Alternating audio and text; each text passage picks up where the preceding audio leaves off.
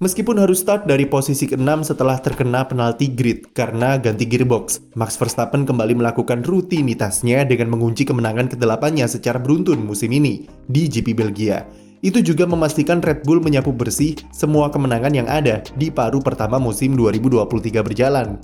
Tahun lalu saja, dia bisa menang dari posisi 14, apalagi kemarin coba geser sedikit ke posisi 6. Jelas, terlalu mudah bagi Verstappen. Hanya butuh 17 lap saja baginya untuk bisa salib Sergio Perez demi rebut pimpinan lomba, dan Max memang dengan gap 22 detik di depan rekan setimnya tersebut. Semua berjalan sangat mudah baginya, sampai-sampai Max berani usul buat latihan pit stop supaya lebih ada tantangannya ketika disuruh tim untuk merawat ban. Sepanjang balapan ia juga banyak berdebat dengan Gian Piero Lambiase selaku race engineer-nya yang berusaha untuk menekan ego Verstappen yang tinggi supaya mau mematuhi perintah dari tim.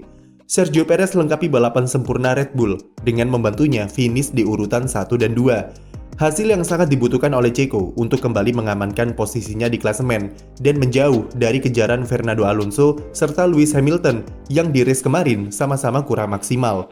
Sementara podium ketiga sendiri diraih oleh Charles Leclerc yang kembali naik podium setelah terakhir kali ia dapat di GP Austria.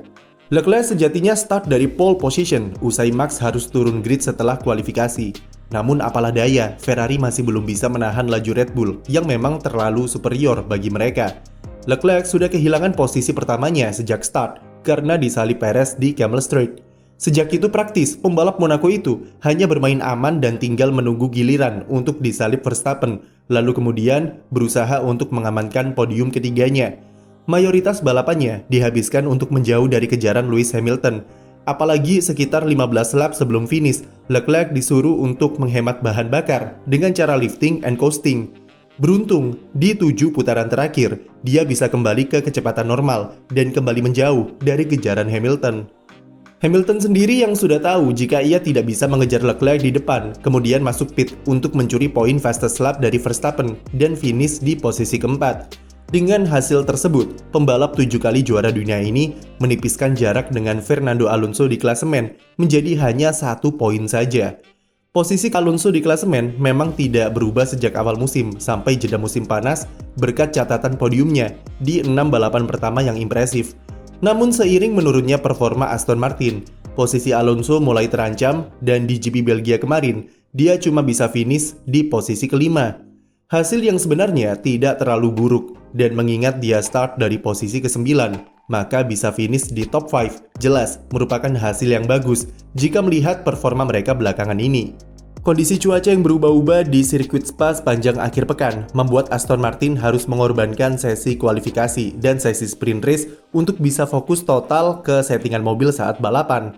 Alonso bahkan harus DNF di sprint race usai melakukan kesalahan langka di mana ia melintir di tikungan pohon. Namun semua itu terbayar lunas dengan kecepatan yang mereka tunjukkan saat race hari Minggu yang berjalan kering dan kembali finish di 5 besar.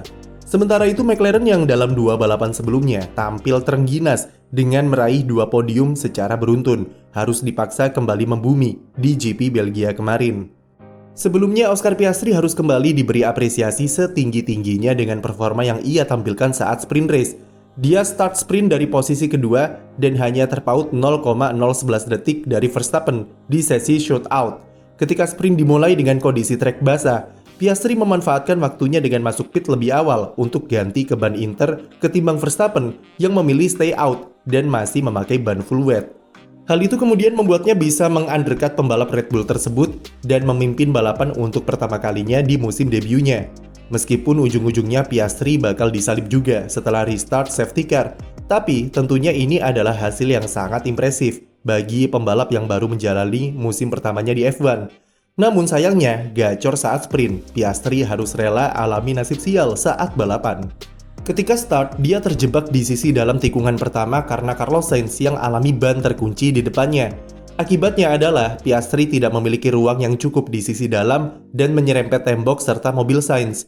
Pembalap Australia ini sempat pit stop untuk ganti ban yang alami puncture, tetapi ternyata kerusakan juga ia alami di bagian suspensi dan mengakhiri balapannya lebih awal. Sementara Carlos Sainz mendapat kerusakan di bagian sidepod kanannya dan menyebabkan kecepatannya turun secara signifikan sepanjang balapan. Sainz akhirnya menyusul Piastri untuk DNF pada lap ke-25. Insiden di antara keduanya termasuk racing incident, sama seperti kasus George Russell dan Max Verstappen di Baku. Kontak terjadi di apex tikungan, dan titik hantamnya ada di tengah, serta terjadi di lap pertama. Keduanya sama-sama wajib memberikan ruang, namun kondisinya adalah Carlos Sainz tidak bisa semata-mata memberi ruang kepada Piastri, karena dia sudah komitmen untuk mengambil sisi dalam dari tikungan pertama, dan ada Hamilton di sisi luarnya.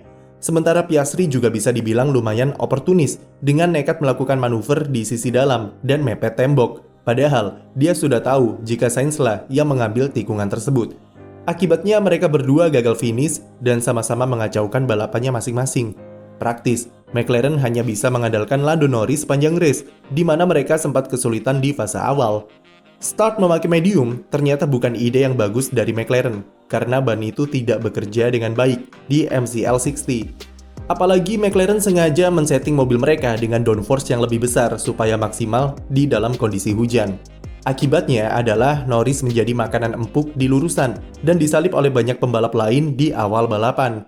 Apalagi di stint kedua di mana Lando memakai ban hard, dia sempat terdampar di posisi 17 karena tidak bisa melakukan apa-apa di lurusan sirkuit Spa. Tetapi semua berubah ketika rintik-rintik hujan mulai turun di pertengahan race. McLaren melihatnya sebagai peluang dan langsung menyuruh Norris untuk masuk pit kembali ganti ke ban soft. Langkah ini sempat diragukan mengingat balapan masih menyisakan lebih dari 20 lap. Tapi ternyata terbukti jika strategi McLaren sangat jitu bagi Norris. Dia memanfaatkan downforce besar dan suhu trek yang menurun untuk melewati pembalap di depannya di tikungan sirkuit Spa. Kecepatan Norris bahkan bisa menyamai kecepatan dari pembalap yang ada di tiga besar, dan dia tidak terbendung di stint terakhir. Hasilnya, Norris mampu membawa ban soft tersebut selama 27 lap dan finish di posisi ke-7 untuk menyelamatkan balapan McLaren yang sempat amburadul di awal. Selain Norris, dua pembalap lain yang tampil impresif di GP Belgia kemarin adalah Esteban Ocon dan Yuki Tsunoda.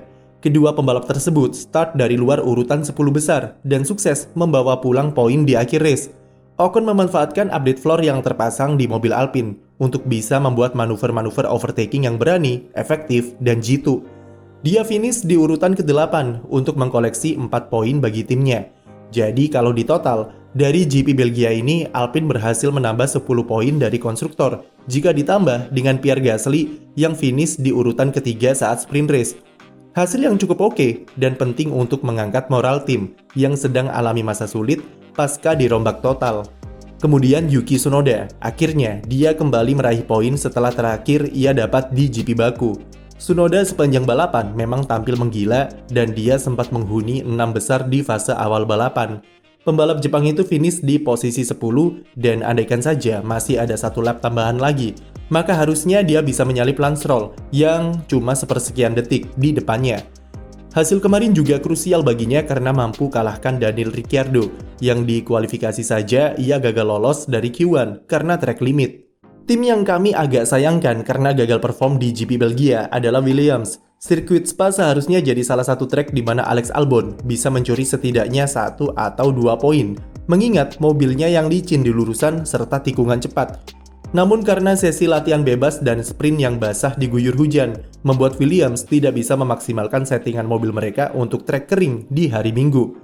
Terlebih lagi, Williams salah strategi dengan memberikan Albon ban medium di stint ketiganya dan melakukan 3 kali pit stop dengan ban soft di stint penutup. Hasilnya mereka cuma bisa finish di posisi 14 saja. Jadi apa momen favorit kalian di GP Belgia semalam? Tulis di komentar dan jangan lupa beri like dan subscribe untuk konten F1 lainnya.